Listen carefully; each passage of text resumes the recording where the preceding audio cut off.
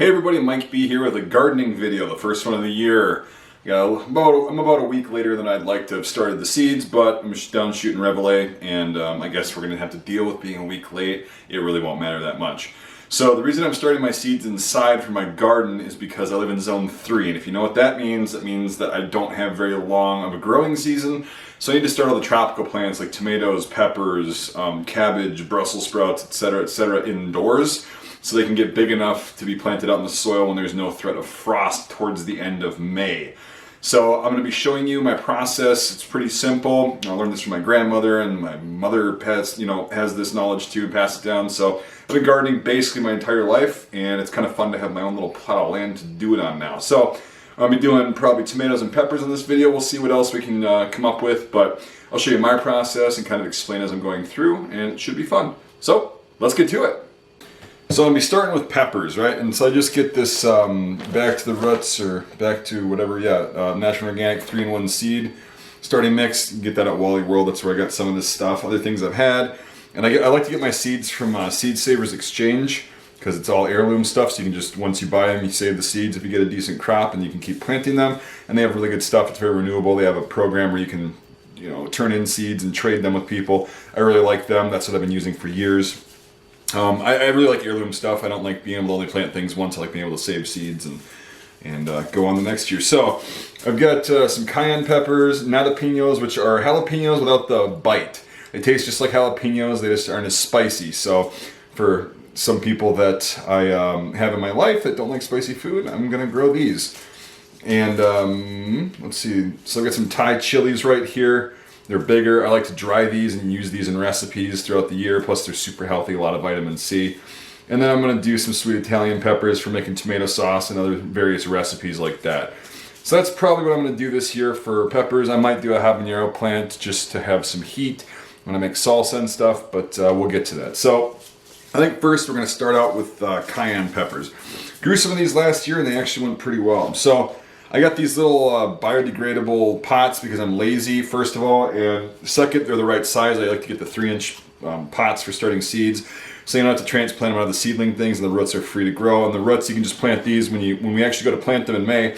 You can just plant these in the ground, and the roots will actually go through. This will decompose and actually provide some food for the plants. So everything works out. That's why I like these. They're not reusable like these are, but they're pretty cool, and they're not that expensive. You can get a dozen for like $1.50 or $2 at Wally World. So, all right, perfect. I'm probably gonna do. Why don't I just do 3 plants of cayenne peppers? I don't usually do a lot of peppers. I just like saving them. Well, maybe I'll do 4 because cayenne's one of my favorite, and I'm not planting as much of a variety of peppers this year. So basically, you just take this potting soil and kind of make sure it's loose at first, so the roots can establish themselves. And you're just gonna kind of break it up like that. Pack it to the top. You want to make sure those roots get really established and kind of anchored into the soil, but you don't also want it to be too dense. And as you water it, you're going to lose a little bit of soil, but it's not a big deal. All right, so you want to pack it up to about there. And I'm not going to sit here and talk throughout all this. I'm just going to get to it. I'm just explaining this part of the process. So you take a little hole and put it down about 1/2 inch, 3/4 of an inch. That's what I do with peppers. We're going to get our seeds, which just look like that. Just little pepper seeds, and I usually plant 2 to 3 per hole. I'm gonna try 2 this year, 2 in each one, because in the past they've come up fairly well and consistently. So I think planting 3 in 1 is a waste. But hey, we'll see when the time comes when they're up. Last year, very few of my peppers came up. I had a couple pepper plants come up, but most of my peppers failed last year. I also didn't have as good of a setup as I do this year with the heating pads and whatnot. So yeah, you just throw them in that little hole like that. Give them a little gentle cover, and then we're going to throw them in the tray. I'm actually going to grab a Sharpie really quick and label these so I know what they are when we plant them.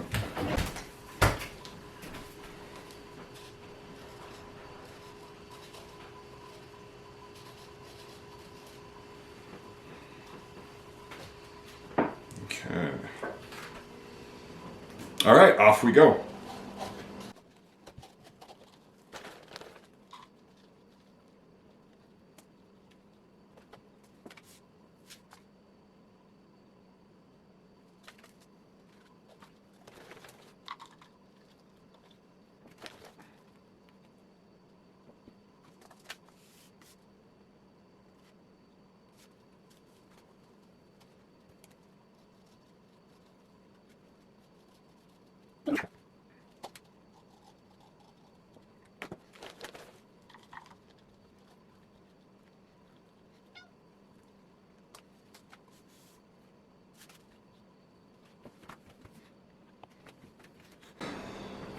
Alright, so now I'm going to plant these Thai peppers, the big ones. I don't know, these are burpees, which are usually pretty good, but it doesn't say heirloom, so I guess I'm going to put 3 seeds in each one and hope for the best. I'll try to harvest these seeds and plant them next year, but generally if they don't say heirloom, usually it doesn't work, but who knows, weirder things have happened.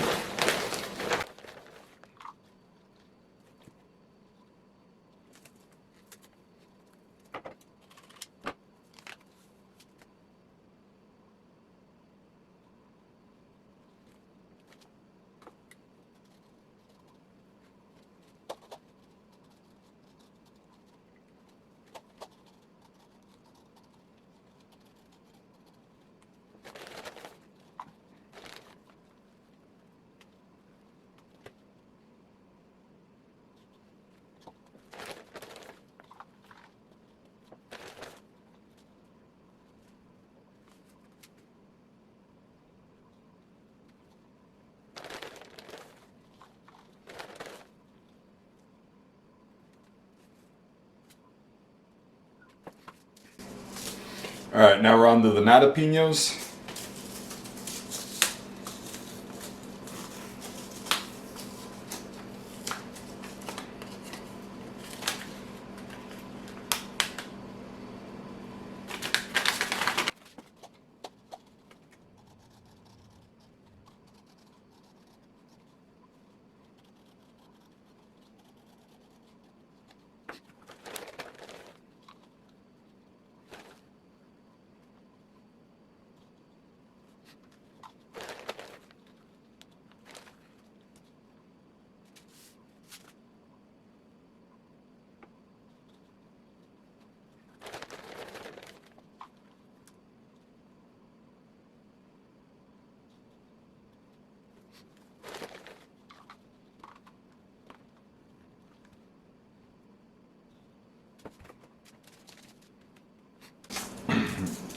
Now we're going to move on to the sweet Italian.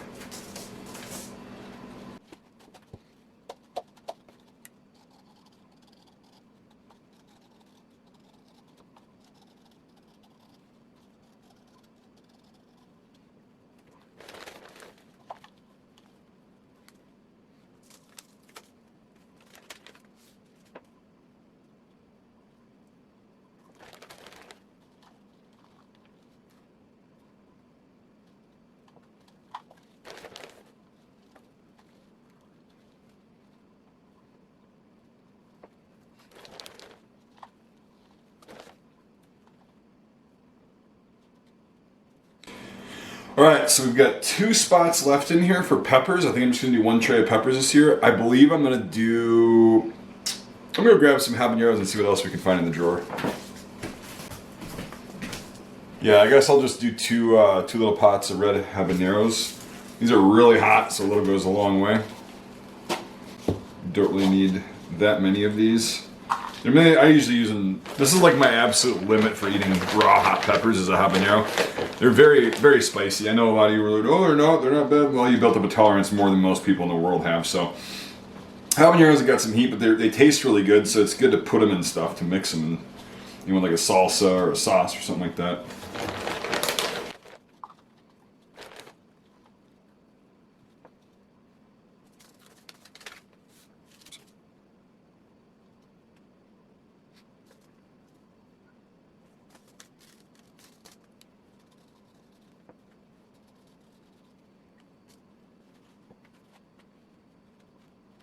Okay, now we got these all done. I'm going to go through the process of getting them watered, and I'm going to put them on heat and come up, put them on the microphone, so stay tuned. Alright, so this tray right here doesn't actually have drainage holes in the bottom, which is what you want, because you want it to retain that water. The water will come out of the bottom of these pots, and then it'll reabsorb as needed. But for now, we're going to directly water these, be very gentle. You want to make sure that it's pretty saturated. The soil needs to be pretty saturated when you're starting these. Plant types vary, but generally speaking, as a rule, you want to get that initial saturation of water to start the germination, and then putting them on the heating pad, which I need to, and then placing them in sun with grow lights to supplement that is definitely the way that I've had success before. Peppers are rough up here to start them because they like it really hot and dry once they get going, and it's definitely cold and dry up here during the winter, so it's kind of a balancing act. That's why I'm only doing one tray of these peppers, and if they work, I'll just follow what I did this year. Definitely gonna need more water.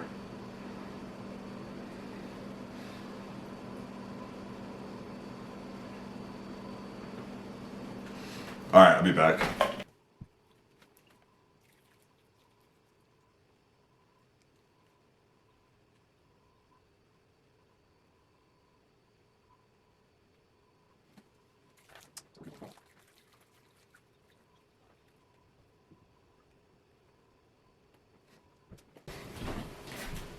Alright, so now I'm satisfied with the amount of saturation we've got in these pots, and it'll drain out. You can tell already the outside's getting a little bit wet. You can see that. That's good because it'll drain and then it'll reabsorb the water naturally as needed.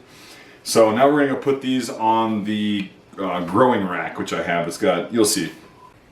Okay, so as you can see, maybe you can't, right here we've got heat mats that are plugged in. Yep, they're nice and warm.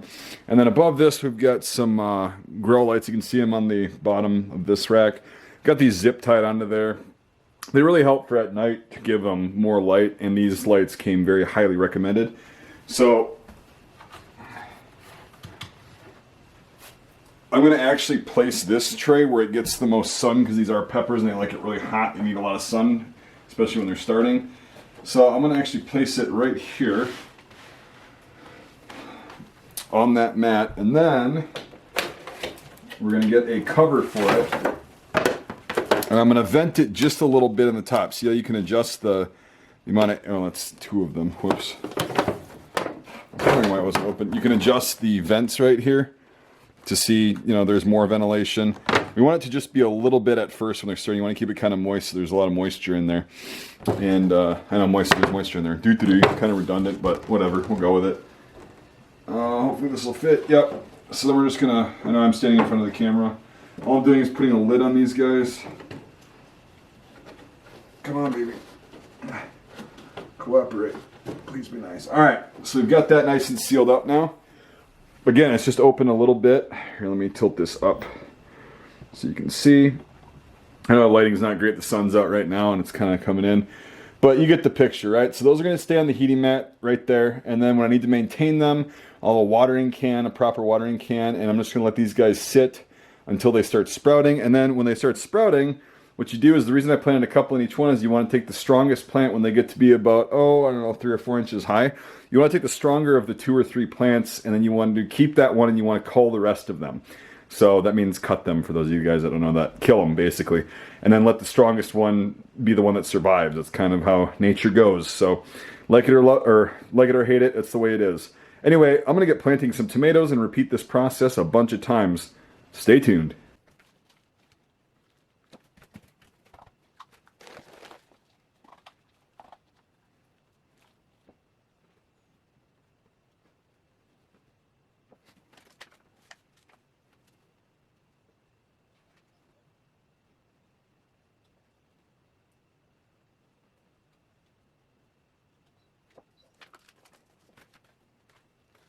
Alright, for the sake of brevity, I'm going to try to just show you a couple more types that I'm planting.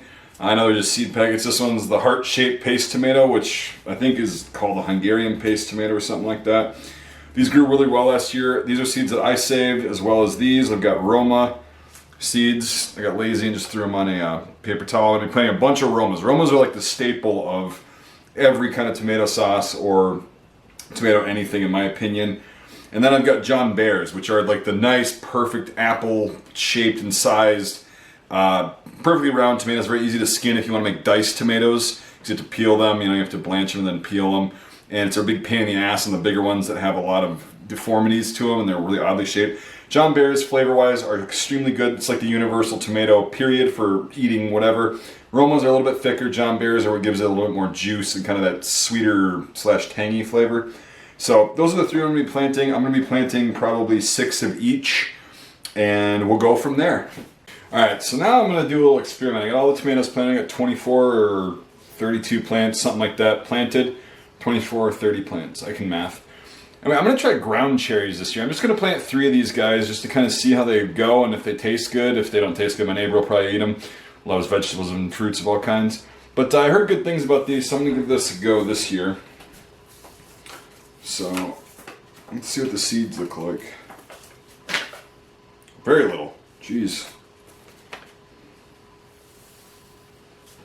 Yeah, they're tiny.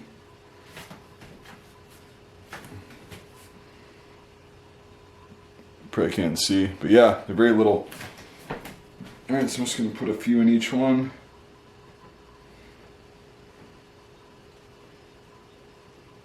This is something new that I'm trying this year. I haven't grown these before, but again, I've heard good things, so may as well give her a shot.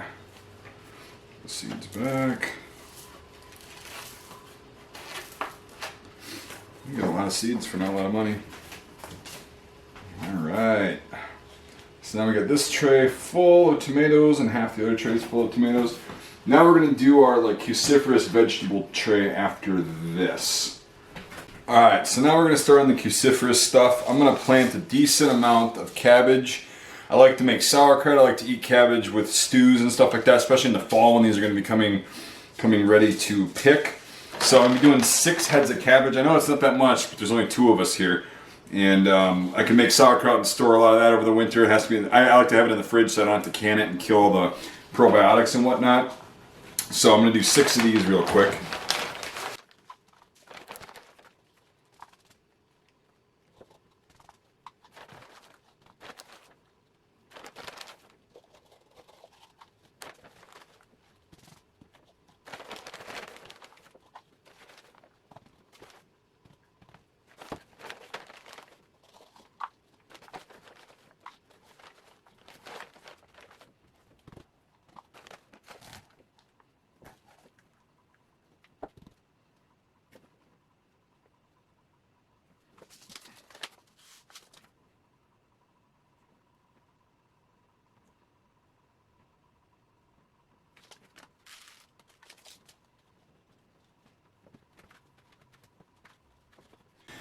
And I'm out of potting soil, so I have to go outside and grab the other bag for these last 8 or 9 or how many are there? 12. There's actually a dozen things left. And then we'll end the video. Alright, so grab that. Shouldn't be needing too much. I'm not going to open it up all the way. Just enough to get to the what I need. Alright. Okie dokie, so now I'm going to do 4 plants of broccoli. Now broccoli is really cool. If you start harvesting it right when it gets the first couple little heads, a bunch of little ones will pop off, a bunch of little satellite ones will pop off, so you get broccoli periodically. I'm actually going to plant some now, and then I'm going to plant some just in the ground probably in 2 months or so, so you got a consistent flow of broccoli. You've always got fresh broccoli. Broccoli is one of my favorite vegetables, if not my favorite vegetable, so I still got to put dirt in these first. That might help them germinate. So yeah, broccoli is definitely delicious.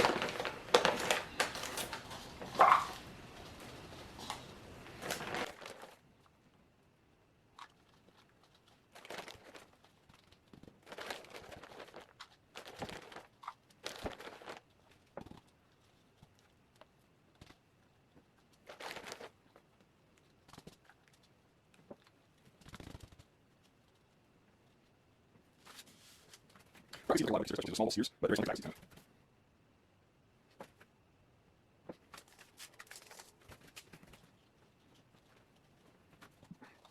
of. Now I'm going to be doing 3 stalks of Brussels sprouts. I love Brussels sprouts. If you make them correctly, and they're not frozen ever, and they're fresh, they're fantastic. I put a little bit of butter in a pan with some garlic and a little bit of orange peel, or some kind of citrus, but I like to use orange for Brussels sprouts. And you got to cut them in half before you cook them and just kind of saute them. Oh man, are they delicious. Absolutely fantastic. Pretty good for you too. So this got wet somehow. That's not good. Well, we'll be able to recover. Yeah, they look like the same as broccoli and cabbage seeds.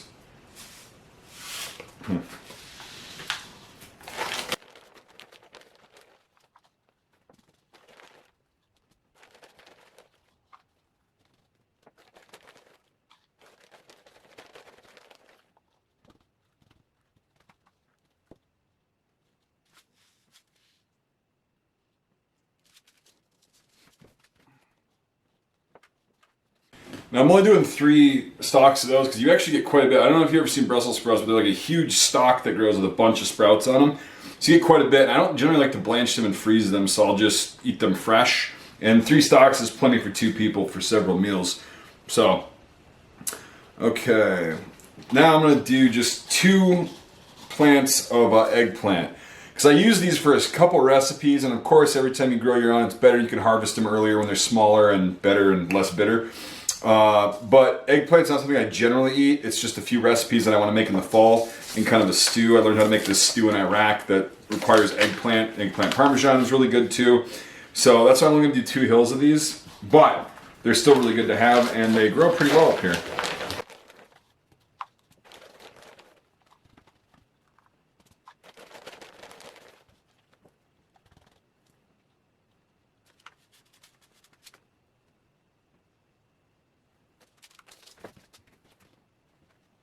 Now my final 3 are actually going to be these Chinese sweet peppers. I forgot to plant some bell peppers, so I'm just going to plant these guys. They get pretty big and they're pretty damn tasty.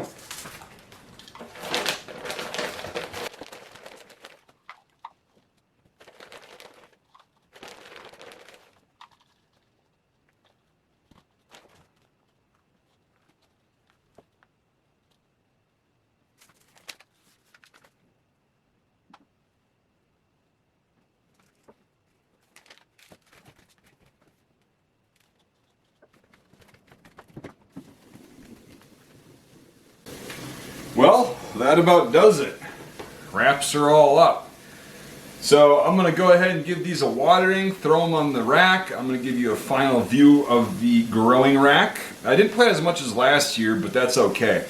And yeah, I'll give you an update soon on when these little guys start sprouting. Right now, let's get to the water. I got a gallon jug this time so I don't run out constantly.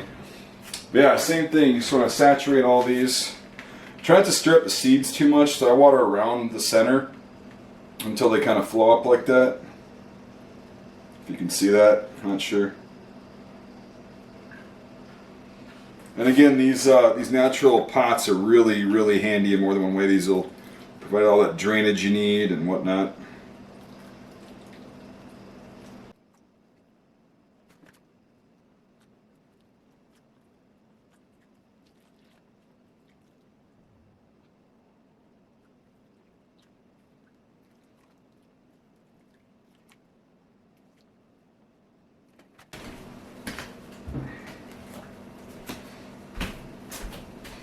Okay, let's get these guys over to the growing rack, and I will see you over there. Okie dokie, now you can see I've got 4 nice big full trays of 18 each plants. I've got tomatoes, peppers, and some cruciferous stuff. Now, just so you're aware, these are just the hot weather plants that I have to start inside. I've got some other plans for some plants that you plant directly into the soil once there's no threat of frost left, which is probably going to be again the end of May. Cucumbers, squash, possibly corn again this year, potatoes, dill, other herbs and stuff like that. So we'll go through when I do that as well. So that's why I didn't go crazy with the tomatoes. I had like 60 plants last year, and that was a lot to handle. So I just narrowed it down to like 30 this year. We'll see how that goes. Again, I just make sauce out of tomatoes, so it really isn't that big of a deal. Now what I'm going to do, because it's kind of a cloudy day, is let there be light. Bam, grow lights are on now. And those will provide enough light for those to flourish and start germinating. The tomatoes, last year they germinated in about 4 days, 3 or 4 days. They were up. Peppers usually take a lot longer, and so do the cruciferous vegetables, but it's all fun. So yeah, I've got these, everything that needs to be labeled is labeled as you saw, and I will give you an update in a few days when these little guys start popping up. Should be a fun time, and I'll show you how I water them when they're in here. And I can't wait to get these in the garden. And then this fall, you'll see a harvesting and canning video, hopefully. If I got time, which probably will. So anyway, thanks for watching, everybody. Appreciate it so much. As usual, if you want to support my channel and stuff, you can do that with Patreon or become a YouTube channel member. Patreon gets you some exclusive podcasts, though, so that's always a benefit. $5 a month or more on either one gets you into my Discord, which is also fun. We talk about gardening on there quite a bit with the fellow Patreon supporters. So that's a fun time. Anyway, I appreciate you guys watching. Let me know if you got any questions. Tell me what you're growing, what you're starting this year, what you're planning on growing in your garden. And if you don't garden, I would highly advise that you do. It's literally this easy. It just takes a little bit of time. Not that expensive, very rewarding. So with that, I'll see you on the next garden update video.